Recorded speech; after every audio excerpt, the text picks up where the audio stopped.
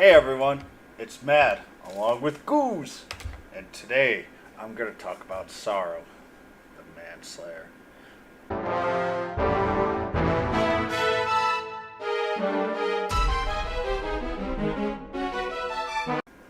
This is a unit that I'm not even going to kind of say, ooh, should we or shouldn't we? This is a unit that is very powerful, and I will tell you why in a sec.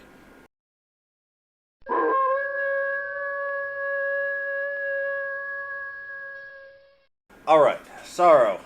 His leadership effect is sort of like hybrids, except it reduces bang enemy resistance by 25% instead of for sizzle, which is the hybrid. I personally enjoy it when I have a bang team. It will give you more of the ability to get brilliant, which gives you some other benefits as well, and also increases your damage. It's something that I do think is a pretty specific for an element, but is very useful, especially in arena if you're going to bring a very bang heavy team, as an example, or against so like Baramos and Archdemon. They are very strong in bang. That's something that would be very interesting. Uh, so his Psaro's first skill is a very odd one, considering that his leadership effect is Breath of Thunder, which is a zap breath damage to all enemies within range and occasionally paralyzes. Generally, if I remember correctly, in JP, the getting to rank 6 wasn't available initially, so this was a skill that kind of a lot of people were a little, I'd say, disappointed in. But now that we can get the extra levels under it, the Breath of Thunder is actually a pretty decent skill as well. Remember, it's breath damage, so it's based off of level and not off of any other stats. And with the paralyzing, it does offer one, a new element, and two, paralyzing is a very powerful ability, especially in arena. If you can actually paralyze a unit, and with this range of 3, you should be able to attack some of the units, at least initially, if you position him right. Paralyzing a unit that, especially a high magic or a high attack unit, can really help turn the tide in arena. Second skill, Atypical Magic Fist, is not elemental. It's 48 MP, especially for its range and its damage. I'm pretty shocked it's only 48, but inflicts 250% physical damage on all AoE enemies, and it will attract enemies to squares. So this tells you that Psaro is truly an attract tank. This is definitely a very useful skill for Psaro, but generally, the main one that you're going to want to use is Tenma Collapse. Inflicts 280% bang physical damage to all enemies within AoE. So this is just like a lot of other round skills, but for Psaro it's very, very useful. So Psaro has a awakening skill. The first one is movement +1. This is obviously very important, especially since Psaro is a tank, and he is another one of our, I would call, boss stats. That movement +1 really makes him busted, so I consider that very powerful. Second one is whoosh resistance 25. Fourth dupe is bang resistance. Third and fifth increases Tenma collapse power +5%. His level 100 stats, his HP is 1,000 and 2. But his HP reaches 4 digits. Very, very powerful. And his defense is 296. So he has a lot of capability to absorb damage. With Kirill versus Psaro, especially since they're in the same group, Psaro is a little bit of a true tank, but Kirill's ability to mitigate damage kind of makes him pretty equivalent on the tanky side. His agility is pretty good at 267, very similar to Kirill's. His MP is 273, which is a little low, but it should be enough to use his skills as required. His attack is monstrous at 443, so his Tenma Collapse power does hit with a lot of punch. Especially if he's the leadership with the reduced bang resistance by 25%. You have something going for you. His movement is 2 or 3, but if you could get that dupe, it turns into a 3. And obviously his weight is 65, like all the other banners here. His preferred weapon, just like all the other Dragon Quest IV units, and one of the things I do like about this game, is that his skill you can farm, and you can farm a lot for his weapon.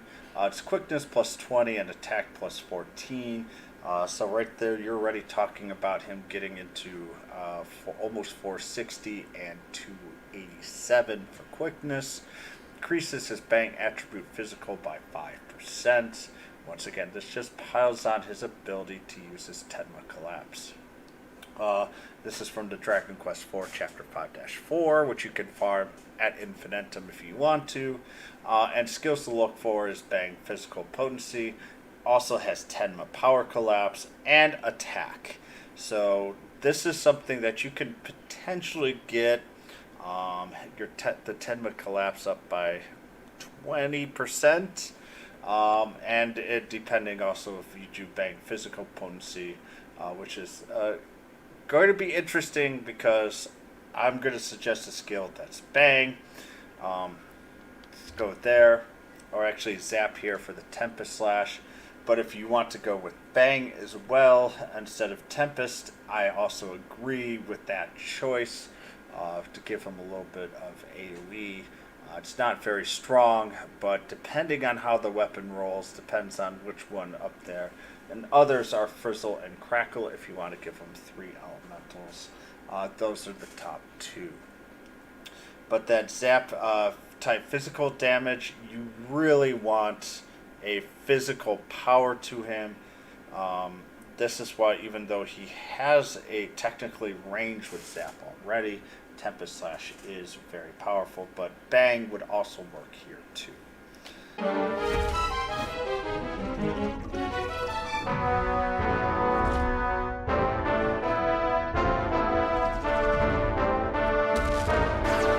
Pros, cons, and will I pull? I'm not even going to clean this up and shock people. People know that I am going to pull for him.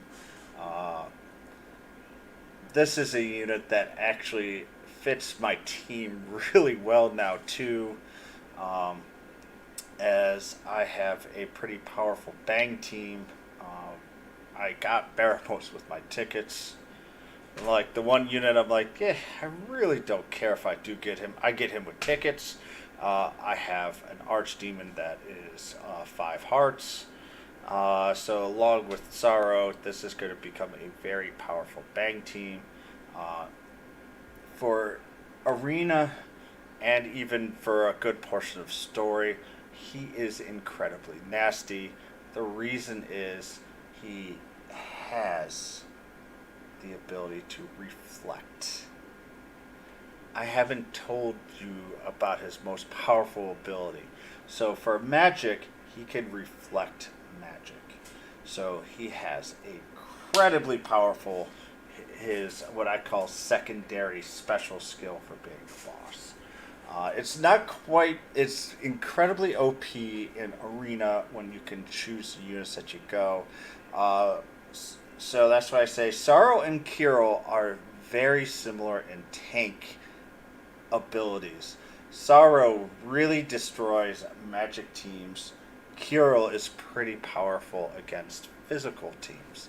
So Dragon Quest IV has a very strong attacker and 2 really interesting tanks, but I think Psaro is just, especially for me, is so much more than Kirill. But Kirill has some very positive ones too. This is a very, very good set of banners, and I hope you guys get really lucky because these units are good. Pros, though, as I say, it's a really powerful tank with good damage. And I would actually say great damage, especially if you invest in 10 collapse. The dupe gives 3 movement, and for a tank, and its agility's okay too at 267, but having 3 movement is just huge. This guy has 2 natural elements along with a non-elemental, and also did someone say area of effect? Everything he has is area of effect. Very, very powerful. So I got to talk about cons. He's ugly.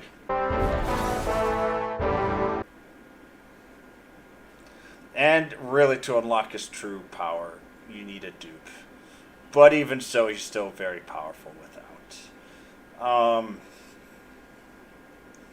He costs 65 in arena. I don't have great cons for him. There's probably people that say, look, he doesn't fit on my team. And you know what? That's very good, true. I will say that I have very rose lens glasses with him, especially because of how my team is forming up in global. It's Mad Bangs, basically. That's my team. He's going to fit really, really well with it. So I hope you guys enjoyed all my Dragon Quest IV unit reviews. Please like and subscribe. Also, you can visit me on Twitch. I am at Guru. So please, good luck. Enjoy the Dragon Quest IV. These are some really good units overall. And other than maybe a Stark, I still think they're incredibly powerful, and they will be very powerful for a couple of months, if not longer, especially Psaro. So I hope you guys have great luck, enjoy, and stay safe. And I'll see you around. Bye, everyone.